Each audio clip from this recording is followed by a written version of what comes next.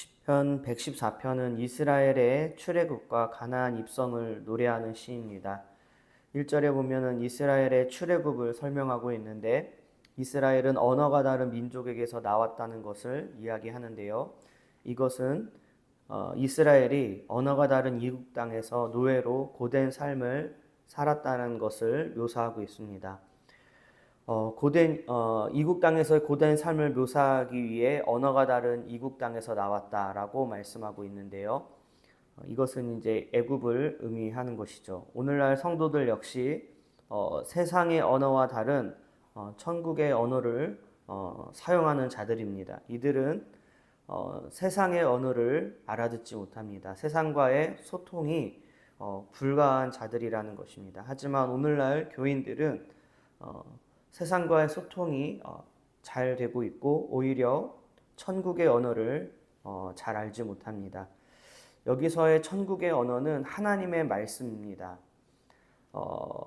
하나님의 말씀을 잘 알고 하나님의 말씀에 소통이 잘 되어져야 되는 것인데, 그리고 이 세상의 언어, 세상의 문화와는 소통이 되어지지 않아야 하는 것인데, 그래서 세상과 벗된 것이 하나님과 원수된 것을 너희가 알지 못하느냐 라는 것입니다. 그래서 대부분 하나님이 우리 인생 가운데 고난을 주시는 이유는 세상의 것들을 끊어내시기 위한 거죠. 여러분, 이스라엘 백성들이 광야에서 40년이라는 시간을 통해서 하나님이 광야에서 고생을 시키시죠. 네. 왜 고생을 시킵니까? 애굽에서의 삶의 어떠한 패턴과 애굽에서의 삶을 청산하게 하시기 위해서. 그래서 가나안 땅에 입성하기 전에 길갈이잖아요. 길갈에 도착을 하는데, 길갈은 수치가 떠났다라는 의미가 있는 거죠. 그래서 그 수치라는 것은 애굽에서의 수치를 이야기하는 것이고, 오늘날에는 어떠한 세상의 가치와 세상의 것들을 쫓아 살아왔던 그것이 수치스러운 일인 것임을 깨닫고 천국 백성으로의 삶을 살아가는 데 있어서 그 세상을 추구했던 내 옛 자아를 벗어버리는, 그것이 바로 길갈인 것이고, 그것이 바로 오늘날의 예수 그리스도의 십자가라는 것입니다. 하나님이 이스라엘을 출애굽과 또 가나안에 입성하게 하신 것은 유다가 여호와의 성소가 되고 이스라엘을 그의 영토가 되게 하시기 위함인 것인데, 성소라는 것은 하나님이 임재하시는 곳입니다. 그래서 하나님은 유다 백성들을 택하시어 그들 가운데 거하시기 위해서 출애굽하신 것이고 가나안에 입성하게 하신 거예요. 마찬가지로 하나님이 이 신약의 성도들을 죄와 사망에서 구원하신 것은 그들 안에 거하시기 위한 것이다. 여러분, 예수 그리스도의 십자가의 궁극적인 목적은 임마누엘이에요. 임마누엘. 내가 영원히 너희와 함께 있을 것이다. 그런데 그 영원히 우리와 함께 하시기 위해서 예수님이 승천하시면서 성령 약속하신 것이 올 때까지 너희들은 기다려라. 그 약속하신 성령이 오심으로 인해서 영원히 이제 예수님이 하나님의 자녀들과 함께 거하시게 되었다. 이것이 바로 거듭남인 것이죠. 다시 태어나지 않으면 예수님을 모시고 살 수가 없기 때문에 그렇다라는 거죠.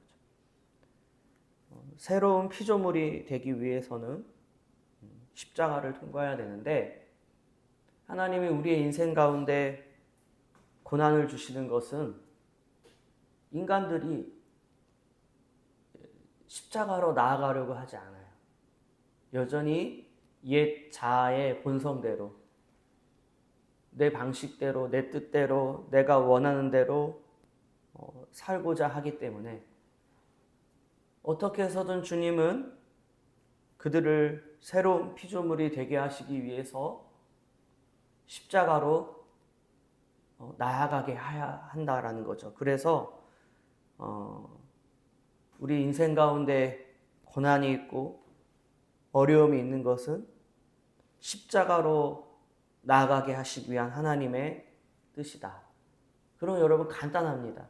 우리 인생의 고난과 인생의 어려움들 여러 가지 그런 상황 속에서 그 어려움들을 이겨낼 수 있는 하나님께서 우리가 사망의 음침한 골짜기를 다닐지라도 해를 두려워하지 않을 것은 주께서 나와 함께 하시고 주의 지팡이와 막대기가 나를 안위하시는 그러한 주님의 놀라운 역사를 경험하려면 어떻게 해야 됩니까? 십자가로 나아가면 돼요. 왜요? 하나님의 고난을 주신 목적이 십자가로 나오게 하시기 위한 것이기 때문에 우리는 십자가로 나아가야 돼요. 그런데 이렇게 이야기하실 수 있어요. 이전에도 십자가로 나아갔죠. 근데 여러분, 고난이 있고 환난이 있고 어려움이 있을 때 십자가로 나아가는 것과 아무런 문제가 없을 때 십자가로 나아가는 것은 달라요. 네, 다르다고요. 기도의 내용은 똑같을 모르겠지만 기도의 질이 다르잖아요. 그래서 하나님은 그분의 백성들에게 고난을 주시고 광야의 40년의 시간을 허락했던 것이죠. 그래서 십자가에서 자아가 죽어야 된다 이거예요. 근데 여전히 우리의 자아는 죽고자 하지 않아요. 자아의 본성대로 살고 싶고, 여러분 이 세상이 자아로 살게 하기 위해서 이 세상은 얼마나 많은 것들을 우리에게 제공해 줍니까? 제가 탈북자 북한에서 넘어온 분들을 생각해 보면은 이 남한 땅은 이렇게 먹을 것이 풍족한데 여러분 뷔페를 한번 가보십시오. 어떻게 북한에서 물론 잘 먹고 잘 사는 사람들도 우리 남한에 있는 뷔페를 보면은 깜짝 놀랄 거예요.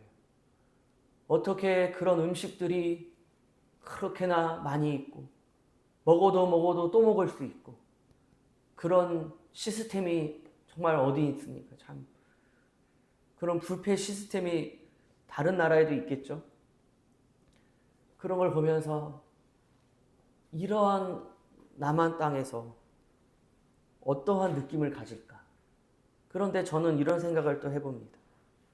사탄 마귀가 우리가 십자가로 나아가지 못하게 하기 위해서 마치 뷔페 음식처럼 산의 진미를 우리에게 제공해 주면서 세상의 달콤한 것들과 쾌락과 세상의 여러 가지 욕망과 세상의 여러 가지 것들을 자꾸만 우리에게 자극하면서 예수 그리스도의 십자가 앞으로 나아가지 못하게 하는, 정신을 못 차리는 거죠, 여러분. 오늘날의 마귀의 미혹의 역사는, 특히 대한민국의 미혹의 역사는 바로 이런 것들이에요. 근데 대부분의 교인들은 다 세상의 즐거움에, 세상의 쾌락에 푹 젖어 있잖아요. 교회를 다니기만 하면 뭐합니까? 교회를 다니지만 여전히 세상의 즐거움으로 살지 예수 십자가의 대속의 은혜와 사랑으로 기도하는 이 시간, 그때가 가장 즐겁다. 기도하는 것으로 기뻐하고 예수 그리스도의 대속의 은혜로 감사하는 그것으로 우리가 살아가지 못하고 여전히 세상의 즐거운 것들과 세상의 만족과 세상의 기준으로 잘 되는 것들로 인해서 우리가 살아간다고 한다면 그거는 우리가 여전히 자아가 죽지 못하게 하는 어떻게 해서든 사탄 마귀는 우리의 자아가 십자가에서 죽게 하지 않기 위해서 부단히 애를 쓰고 힘을 쓰는데, 그 방식이 뷔페 음식처럼 정신을 못 차리게 우리의 정욕을 채워나가게 하는, 우리의 말초 신경을 자극하고 우리의 여러 가지 것들을 자극해서 그것들을 만족시켜주는, 쾌락을 충족시켜주는 방향으로 끊임없이 역사하고 있다는 거예요. 그래서 예수님의 이 부활의 생명으로 다시 태어나는, 여러분 바울은요, 예수 그리스도의 십자가 외에는 내가 아무것도 알지 아니하기로 작정했다라는 것은 무슨 말입니까? 예수 그리스도의 십자가로 인한 기쁨만 나에게 있다. 예수 그리스도의 십자가 안에 평안이 있고 안정감이 있고 예수 그리스도의 십자가로 내가 산다라는 그 고백입니다. 그러한 예수님의 부활의 생명이 성도들 가운데 있어야 될 터인데, 그 부활의 생명을 취하지 못하게 하기 위해서 오늘도 마귀는 우리에게 달콤한 유혹을 준다 이것입니다. 오늘 시편은 하나님의 구원의 역사를 묘사하고 있어요. 특별히 하나님의 구원의 능력을 묘사하고 있는데, 바다가 보고 도망하고 요단은 물러가고 산들은 수장들 같이 뛰놀고 작은 산들은 어린 양들 같이 뛰었다. 여러분, 천지 만물이 하나님의 구원의 능력 앞에 이리 추고 저리 움직이고 있다라는 것. 다시 2절로 돌아가 보면은 이스라엘을 그의 영토가 되게 하신다. 이것은 무슨 말입니까? 하나님의 나라를 이루시는 하나님의 능력의 역사다라는 거예요. 그러니까 성소가 되게 하신다. 예수 그리스도께서 우리 안에 거하시고 예수님께서 우리 안에 거하시게 됐을 때 하나님의 나라가 우리를 통해 임하게 된다. 제가 예전에도 한번 말씀드린 바가 있습니다. 하나님은 성도들을 통해서 하나님의 나라를 이루어 나가요. 근데 왜 하나님의 나라가 임하지 않는 것은 우리 안에 주님의 성소가 임하지 않았기 때문인 거예요. 이스라엘을 그의 영토가 되게 하시는 역사하심이 성도들을 통해 하나님의 나라가 되게 하시는 역사하심으로 나타나고 있는 거예요. 하나님의 나라의 원리, 우리가 하나님의 성소가 되고 그 다음에 우리를 통해 하나님의 나라가 이 땅 가운데 임하게 되는 것이죠. 그래서 여러분, 하나님의 나라가 임하는 것은 무엇입니까? 우리 주변에 있는 많은 사람들이 주께로 돌아오는 거예요. 능력이 나타나는 거예요. 십자가의 능력이 나타나는 거예요. 그것이 하나님의 나라가 임하는 거예요. 그래서 우리는 오늘도 십자가 앞으로 나아가야 돼요. 십자가에서 자아가 죽고 예수님의 부활의 생명으로 우리 안에 성령 하나님을 모시는 성소가 되어져야 될 줄 믿습니다.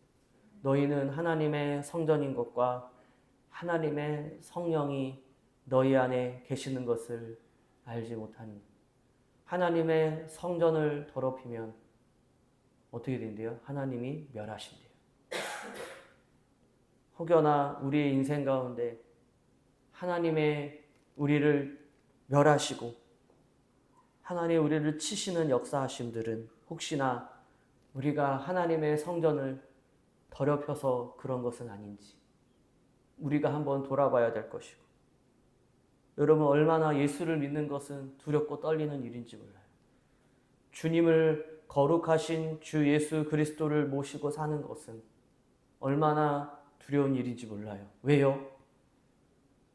거룩하신 주 예수 그리스도와 함께 산다라는 것은 거룩하지 않으면 안 되기 때문에 그래요. 그래서 사도행전에 아나니아와 삽비라 이야기를 통해서 하나님은 경고하시는 거예요. 초대교회 성도들에게 경고하시는 거예요. 너희는 하나님의 성전인 것과 하나님의 성령이 너희 안에 계시는 것을 알지 못하냐. 아나니아와 삽비라를 보라. 성령을 속이는 자는 그 즉시 내가 멸할 것이다. 이거는 엄중한 말씀입니다. 그래서 예수를 믿는 것은 참으로 쉬운 일은 아니나 또 예수 믿는 것이 쉬운 것은 우리 안에 계신 성령께서 우리를 이끌어 가실 줄 믿습니다. 우리 안에 계신 성령께서 우리를 거룩하게 해 주실 것을 믿습니다. 우리의 힘으로는 예수를 믿을 수가 없어요. 그래서 오늘도 성령께서 우리를 온전히 주장하시고 주관하시는 놀라운 은혜 역사가 있기를 간절히 바라겠습니다. 하나님 아버지, 저희들을 불쌍히 여겨 주옵소서.